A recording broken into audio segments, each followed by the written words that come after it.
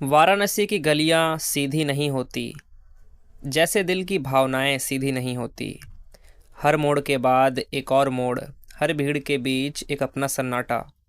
वहीं एक पुरानी किताबों की दुकान थी, गंगा किनारे से तुलसी गली में। ज्ञानदीप पुस्तक भंडार। दुकान छोटी थी पर समय से बड़ी। लकड़ी की अलमारियां, धूल की हल्की गंध और पन्ने पलटने की धीमी आवाज़। दुकान संभालता था नील, उम्र 30 के आसपास। स्वभाव शांत, बोलता कम, देखता ज़्यादा। उसने साहित्य पढ़ा था, अध्यापन करना चाहता था, पर पिता की बीमारी ने उसे दुकान से बांध दिया। लोग कहते जिंदगी रुक गई, वह सोचता शायद यहीं से शुरू होगी।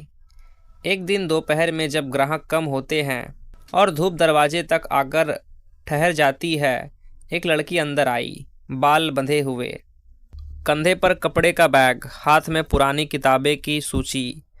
उसने सीधे काउंटर पर आकर कहा, आपके पास इस्तेमाल की हुई कविता की किताबें मिलती है? नील ने सिर उठाकर देखा। सवाल साधारण था, आवाज़ नहीं। आवाज़ में खोज थी। मिलती है, उसने कहा, नई से ज़्यादा सच्ची होती है। वह हल्का मुस्कुराई। अच्छा जवाब है, दिखाइए। उसका नाम था आर्या। वह पास के कॉलेज में शोध कर रही थी, विषय लोक कविता और निजी लेखन। वह नई किताबों से कम लोगों के लिखे नोट्स वाली पुरानी किताबों में अधिक रुचि रखती थी। किताब के किनारों पर लिखे वाक्य असली होते हैं, उसने कहा। छपे हुए तो सब पढ़ते हैं। उस दिन वह 3 किताबें लेकर गई। अगले हफ्ते फिर आई, फिर अगले। धीरे धीरे यह तय हो गया, वह हर शनिवार आएगी, 2 घंटे बैठेगी, किताबें देखेगी, नोट्स बनाएगी। उनकी बातचीत बहुत धीमी शुरू हुई। पहले सिर्फ किताबों पर, फिर लेखकों पर, फिर इस पर कि लोग प्रेम कविताएं ज़्यादा क्यों लिखते हैं, निभाते कम क्यों हैं। एक दिन आर्या ने पूछा, आपने कभी प्रेम किया? नील ने बिना नज़र उठाए कहा, पढ़ा ज़्यादा है, किया कम। डर, जिम्मेदारी, उसने कहा। यह उत्तर मजाक नहीं था। बारिश के मौसम में गली में पानी भर जाता। एक शनिवार वह भीगती हुई आई। नील ने तौलिया दिया। उसने लेते हुए कहा, आप हर चीज़ चुपचाप कर देते हैं, शोर से असर कम हो जाता है, उसने उत्तर दिया। धीरे धीरे दुकान उनके बीच जगह बन गई। मुलाकात की नहीं, समझ की। वे साथ बैठते, अलग पढ़ते, बीच बीच में 1-2 वाक्य बोलते। यह असहज चुप्पी नहीं, साझा शांति थी। एक दिन आर्या नहीं आई, फिर 2 हफ्ते नहीं आई। तीसरे हफ्ते वह आई, पर बदली हुई। आंखों में नींद की कमी, चेहरे पर भीतर का तनाव। उसने किताबें नहीं मांगी, बस कुर्सी पर बैठ गई। नील ने पूछा नहीं, पानी रखा। कुछ देर बाद उसने खुद कहा, डॉक्टर ने कहा है मुझे लंबा इलाज चलेगा। नील ने सिर्फ इतना पूछा, तुम डर रही हो?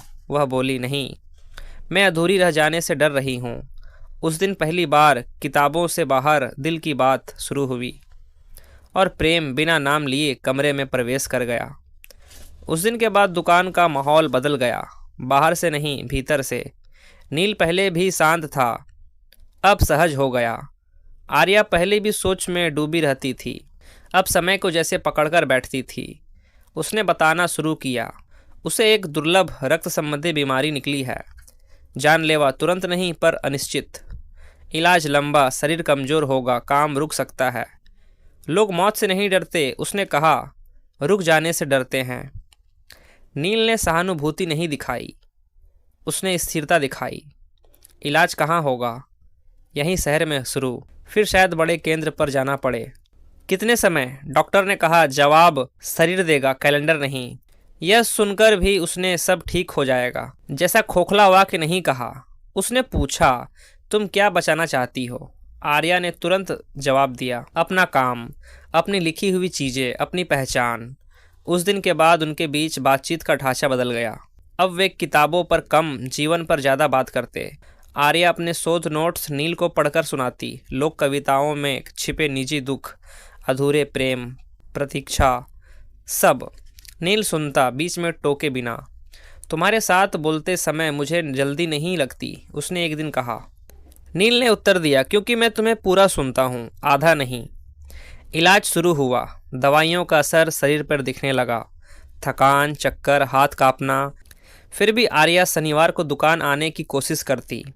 अब वह पहले जैसी ऊर्जा से किताबें नहीं खोज पाती, पर बैठती वहीं थी जैसे वह जगह उसके लिए उपचार का हिस्सा हो। एक दिन उसने कहा, अगर मैं कुछ महीनों तक ना आ पाऊँ तो मेरी कुर्सी किसी और को मत देना। नील ने शांत स्वर में कहा, यह कुर्सी तुम्हारी नहीं, तुम्हारी जगह है। जगह बदली नहीं जाती। धीरे धीरे नील उसके इलाज के छोटे कामों में शामिल हो गया। दवा लाना, रिपोर्ट लेना, अस्पताल की लाइन में खड़ा होना। उसने कभी मैं तुम्हारे लिए कर रहा हूँ नहीं कहा, उसने बस किया। यही फ़र्क सेवा और प्रदर्शन में होता है। एक शाम अस्पताल से लौटते समय आर्या बहुत थक गई। घाट की सीढ़ियों पर बैठ गई। गंगा बह रही थी, स्थिर, विशाल। उसने धीरे कहा, नील, एक बात पूछूं? पूछो। अगर मैं पूरी तरह ठीक ना हुई तो क्या लोग मुझे बोझ मानेंगे? नील ने बिना देर किए कहा, जो प्रेम में गिनती करते हैं वे लोग होते हैं, प्रेमी नहीं।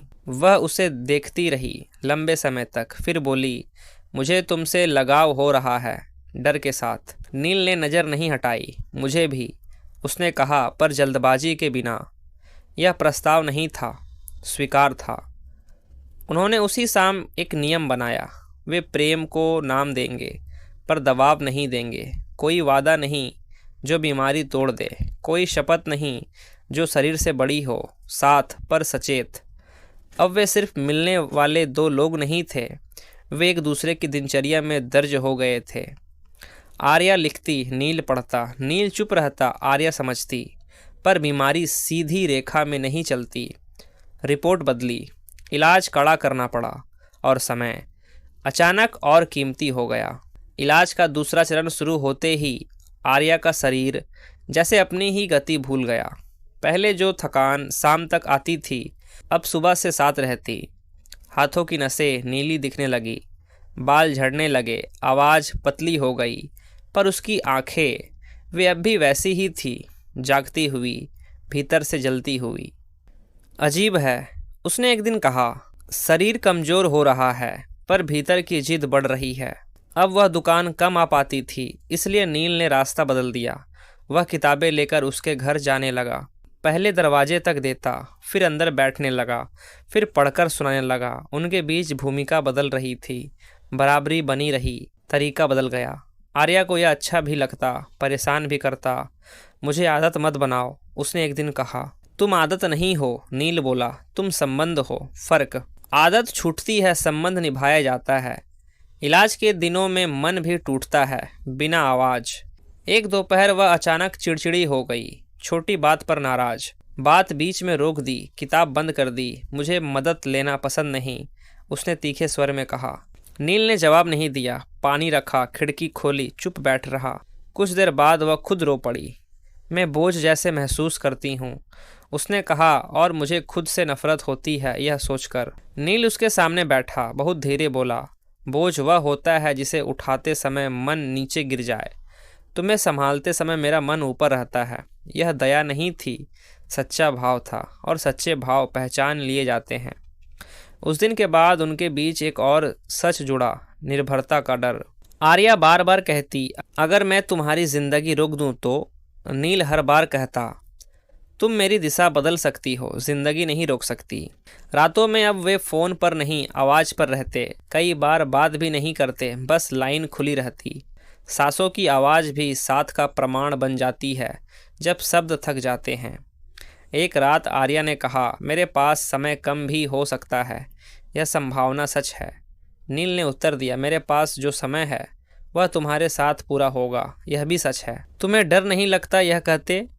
डर लगता है, पर सच बोलने से डर छोटा हो जाता है। धीरे धीरे उनका प्रेम स्पर्श से कम, उपस्थिति से ज़्यादा परिभाषित होने लगा। ना कोई बड़े इकरार, ना भविष्य की कसम, बस रोज का निभाया हुआ साथ। दवा के समय का संदेश, पानी पीने की याद, लिखे हुए पन्ने की तस्वीर। आर्या ने फिर लिखना शुरू किया। बीमारी डायरी नहीं, प्रेम नोट्स, छोटे वाक्य, जैसे प्रेम वह है जहाँ मुझे मजबूत दिखना नहीं पड़ता। प्रेम वह है जहाँ मेरी धीमी चाल भी स्वीकार है। प्रेम वह है जहाँ कोई जल्दी नहीं करता, छोड़ने की भी नहीं। पर कहानी सीधी नहीं चलती। एक शाम इलाज के बाद वह बेहोश हो गई। 3 घंटे अस्पताल में निगरानी रही। नील बाहर बैठा रहा। पहली बार विजिबली टूटा हुआ और उसे पहली बार समझ आया, अब यह प्रेम भावना नहीं प्रतिज्ञा बन चुका है, चाहे बोली गई हो या नहीं। अस्पताल की रातें समय का हिसाब बदल देती है। घड़ी चलती रहती है पर प्रतीक्षा फैल जाती है। उस रात नील प्लास्टिक की कुर्सी पर बैठा रहा, बिना फ़ोन देखे, बिना उठे। मशीनों की हल्की आवाज़, नर्सों के कदम और बीच बीच में दरवाज़ा खुलने की ध्वनि, हर आवाज़ दिल पर लगती थी। जब डॉक्टर बाहर आए और बोले अभी खतरा टल गया है, तब उसे एहसास हुआ कि वह सांस रोके बैठा था। आर्या को होश आया तो वह कुछ मिनट पहचान नहीं पाई, फिर आंखें टिक गई सीधे नील पर। उसने बहुत धीमे कहा, तुम गए नहीं? नील ने हल्की थकी मुस्कान से कहा, मैं जाता कब हूँ। बीमारी ने अब परिवार को भी पूरी तरह भीतर खींच लिया था। आर्या की माँ गांव से आ गई, सरल, थकी हुई पर भीतर से मजबूत स्त्री। उन्होंने नील को देखा, पहले औपचारिक धन्यवाद से, फिर ध्यान से। माँओं को संबंध की भाषा समझने में देर नहीं लगती। तीसरे दिन उन्होंने सीधा पूछा, तुम सिर्फ दोस्त हो? नील ने झूठ नहीं बोला। नहीं तो क्या हो? साथ हूँ। उन्होंने सिर हिलाया, ना स्वीकार ना अस्वीकार, बस दर्ज किया। घर और अस्पताल के बीच के दिनों में प्रेम का रूप और बदल गया। अब बात भविष्य की उठने लगी, स्वाभाविक रूप से। एक दोपहर आर्या ने खुद कहा, मुझे अधर में रिश्ता नहीं रखना, या तो नाम दो या तो मुक्त करो। नील चुप रहा, क्योंकि यह भावनात्मक नहीं जीवन निर्णय था। तुम जानती हो तुम्हारी हालत क्या है? उसने धीरे कहा, जानती हूँ, और फिर भी हाँ, क्योंकि अनिश्चित जीवन भी सच्चा रिश्ता मांगता है। अगर नील रुका, अगर तुम्हारे साथ समय छोटा निकला तो? आर्या मुस्कुराई, थकी पर उजली। तो तुम्हें लंबा प्रेम मिलेगा, समय से नापा हुआ नहीं। यह वाक्य उसके भीतर उतर गया। कुछ दिन बाद नील ने अपने घर बात की। विरोध नहीं हुआ, चिंता हुई। बीमार लड़की से शादी? हाँ, उसने शांत कहा। सोच ले, आगे जीवन कठिन होगा। सोच लिया, बिना उसके जीवन खाली होगा। यह जिद नहीं थी, स्पष्टता थी। आर्या की माँ ने अंततः कहा, शादी उत्साह नहीं होगा, पर आशीर्वाद रोकेगी नहीं। उनकी आंखें भींगी थी, दुख से नहीं, राहत से। हर माँ जानती है, बीमारी से बड़ी पीड़ा अकेलापन है। पर आर्या डरी हुई थी, अलग तरह से। मुझसे वादा मत करो जो शरीर तोड़ दे, उसने कहा। नील ने उत्तर दिया, मैं जीवन भर का वादा नहीं कर रहा, मैं हर दिन का कर रहा हूँ। जब तक दिन है, उन्होंने तय किया। बड़ा विवाह नहीं, छोटा, शांत, सच्चा संस्कार। गवाह कम, अर्थ गहरा। तारीख रखी गई, इलाज के अगले दिन, हल्के चरण के बीच। पर जीवन फिर सीधी रेखा में नहीं चला। शादी से 10 दिन पहले रिपोर्ट फिर बिगड़ी। डॉक्टर ने कहा, अभी बड़ा शारीरिक तनाव ठीक नहीं। निर्णय फिर सामने खड़ा था, टालें या रोके, या फिर भी आगे बढ़े। आर्या ने नील का हाथ पकड़कर कहा, अगर अभी नहीं तो शायद कभी नहीं। कमरे में चुप्पी थी और प्रेम फिर निर्णय मांग रहा था। रिपोर्ट खराब आई, पर स्पष्ट थी, इलाज रुक नहीं सकता था। शरीर लंबी रस्म, भीड़, यात्रा, कुछ भी सहने की हालत में नहीं था। कमरे में बैठे 4 लोग, डॉक्टर, आर्या, उसकी माँ और नील। चारों जानते थे कि निर्णय भावनाओं से नहीं, समझ से लेना होगा। पर प्रेम की कठिनाई यही है, समझ और भावना दोनों साथ बैठते हैं।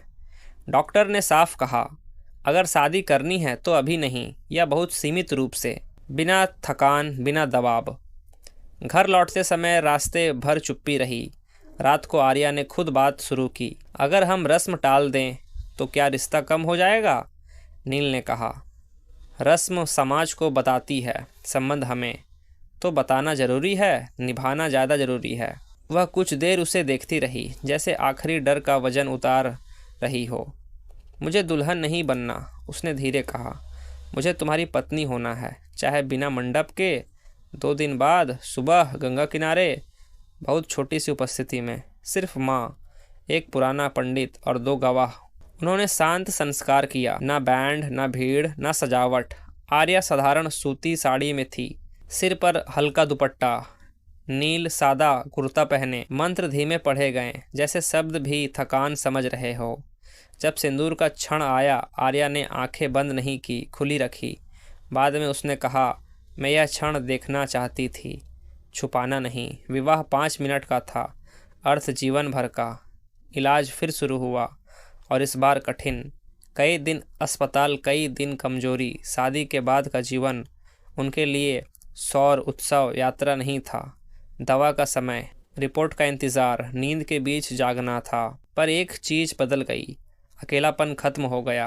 रात में दर्द बढ़ता तो आर्या कहती, माफ़ करना, तुम्हें यह सब देखना पड़ रहा है।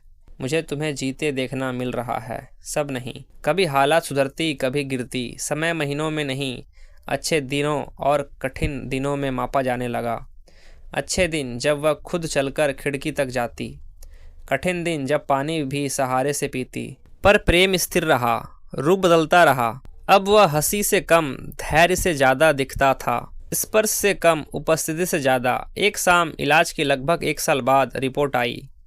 बीमारी नियंत्रण अवस्था में है, पूरी तरह सामान्य नहीं पर स्थिर। डॉक्टर ने कहा, अब जीवन सामान्य ढंग से जीने की कोशिश की जा सकती है।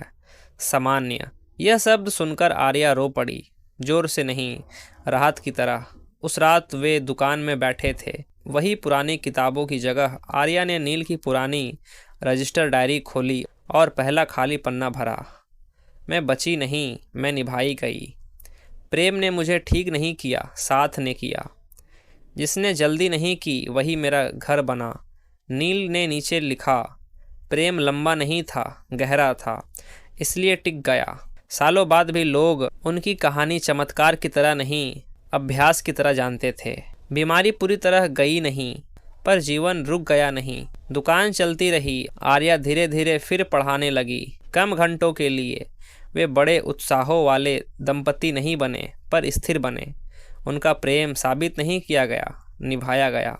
और जो प्रेम निभाया जाए, उसे समय हरा नहीं सकता।